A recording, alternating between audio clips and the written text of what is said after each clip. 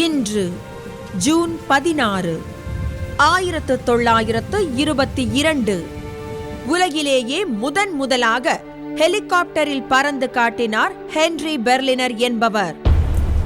1963 வாலண்டினா தெரெஷ்கோவா ரஷ்ய விண்கலம் மூலம் விண்ணில் பறந்த முதல் பெண்மணி என்ற பெயர் பெற்றார்.